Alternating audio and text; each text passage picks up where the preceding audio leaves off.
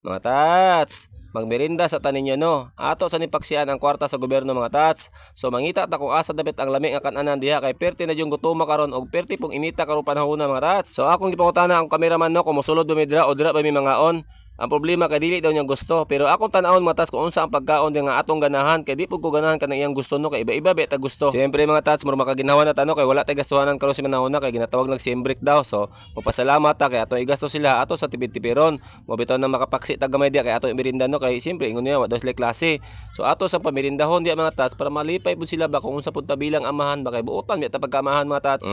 Napil pang buotan sure ka. Bitaw mga tats ay namili ta mga tats kung asa dapat ano sa kadagan-dagan sa atong gipili mga tats. Siyempre, ang pinakabarato lang itong paliton dito. Importante basta kay mga onta dira or kana mo paliton. Mga oro kuno tinapaya mga tats. Importante mo gudana na mga subak kuno hinasan, mga pinya, na mga ano, kabulakan pitsa mga tats. So atong himuon dira, mo palit og isa ka karton dira mga tats. Pag guman man gud dito din ta moadto sa gulayan kay mo kuha kog isa ka pitsay. Pag kahuman mo palit kog manok, gamay lang gud mga tats. Oy, tama-tama lang gud nga atong sabawon gud kay akong anak man gud dili na siya hilig sabaw. Ako hilig og sinabaw. So akong paliton dito mga tats, mga isa lang ka kilo no. So mosulod ta dira, mamili ta dira kung asa arang-arang dia para mapalit na nato. Ang akong mga sakop man gud mga tats, dili jud sila ganahan ana no, pero ako mo himuon sila ha, bahin-bahinon na muna, maglahi sila ilag loto, mag-adobo sila, bahala sila kay ako magsinabaw jud ko kay hilig mga tanan matas kay ako manggo dili ko ganahan ng perminti uga.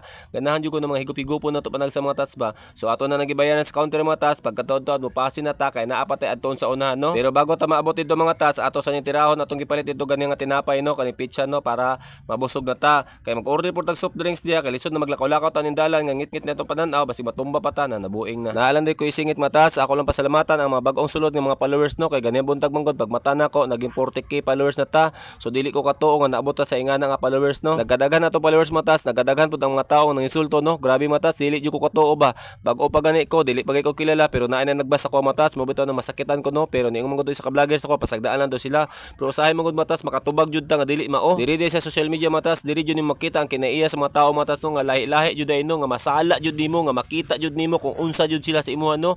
Nga wala kay gihimo pero sakit sila mga istorya sa tinuod lang jud mga tats, naka-insulto jud sa kuha pero lami kay tubagon pero gipugngan na lang nako. Ako na lang giutot mga tats. Nagpasalamat lagi ta sa ila mga tats kay gitanon nila tong video. Ang problema kay nagbilin pug sakit ng mga istorya pero sige na lang ginuon na lang may balon na mga tats. Magpadayon ng taghimog video no. Kung unsa man ato nasugdan karon ato lang ipadayon. So ato sang ipadayon mga tats mo nang naata dira karon kay mopalit ta pug pagkaon sa kumananap. Basta ako mga tats wala ko gihimo nga sakit nga istorya, wala ko gihimo nga video nga angay la ikasuko sa kuha. Kabalo ang ginuwa na o tanawa kabalo gani siya mga tats ni hi guys sa tong video. So hi si Monda Brad mo tin nagtakos sa tong page na no. Mas maayo pa ni dagang mag-comment sa tuwa mga tats, dagang nag-share sa tuwa kay nagmahal pud sila no. Sa bagay kung ato timbang-timbangon mga tats, mas daghan jud ang nagmahal sa tuwa kaysa nalain og istorya sa tuwa or nagpasakit og istorya sa tuwa. Pero isa lang gyapon ko istorya sila mga tats.